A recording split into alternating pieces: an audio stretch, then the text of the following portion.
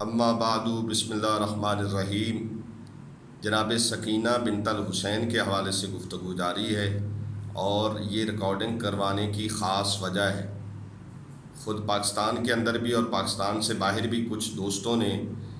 مجھے جو ہے وہ اس کے حوالے سے زحمت دی اور انہوں نے کہا کہ کچھ ایسے اخبارات کے اندر مضامین شائع ہوئے ہیں جس کے اندر جناب سکینہ بنت الحسین کے کردار کو مسخ کیا گیا ہے۔ اس وجہ سے ضروری سمجھا کہ اس حوالے سے گزارشات پیش کروں۔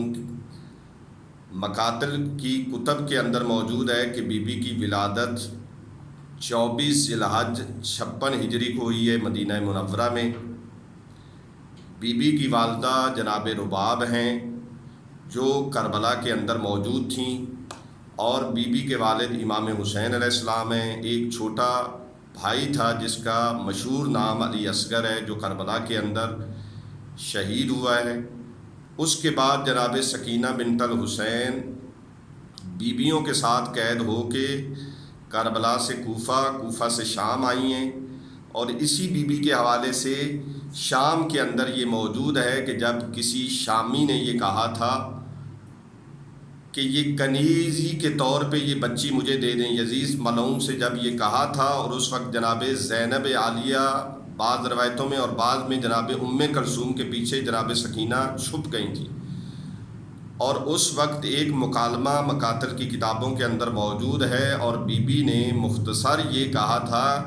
کہ یا تو تمہیں میرے نانا کا دین چھوڑنا پڑے گا، پھر جا کے تو کنیزی کی بات کر سکتا ہے، یہ بچی کون ہے جانتا ہے۔ تو اس وقت اس شامی کو جب پتہ چلا تھا تو شامی نے پوچھا تھا کہ یہ بچی کون ہے۔ بتایا گیا کہ ہم اولاد رسول ہیں، ہم سید الانبیاء والمرسلین کی اولاد ہیں۔ جب شامی کو پتہ چلا کہ یہ بنی ہاشم ہیں اور رسول خدا کی اولاد ہیں اور یہ بچی امام حسین کی بیٹی ہے، اس وقت شامی نے یزید کو کہا کہ تم کلمہ بھی اسی نبی کا پڑھتے ہو اور اسی نبی کی بیٹیوں کو قید کر کے لاتے ہو۔ بعد میں یزید نے اس کو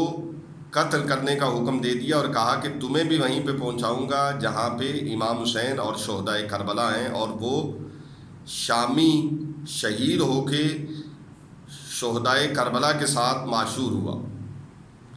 اس کے بعد جناب سکینہ سلام اللہ علیہا قید خانے میں موجود تھیں، اور اکثر کتابیں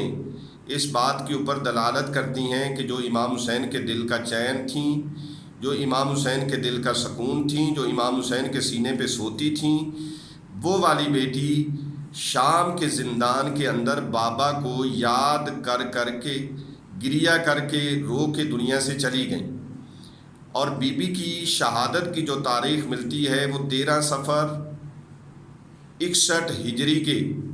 یہ تاریخ ہمیں ملتی ہے، یعنی بی بی امام حسین علیہ السلام کی شہادت کے بعد زیادہ عرصہ زندہ نہیں رہیں۔ شام کے قید خانے میں بی بی کی شہادت ہوئی، وہیں پہ امام سجاد علیہ السلام نے بی بی کو دفن کیا،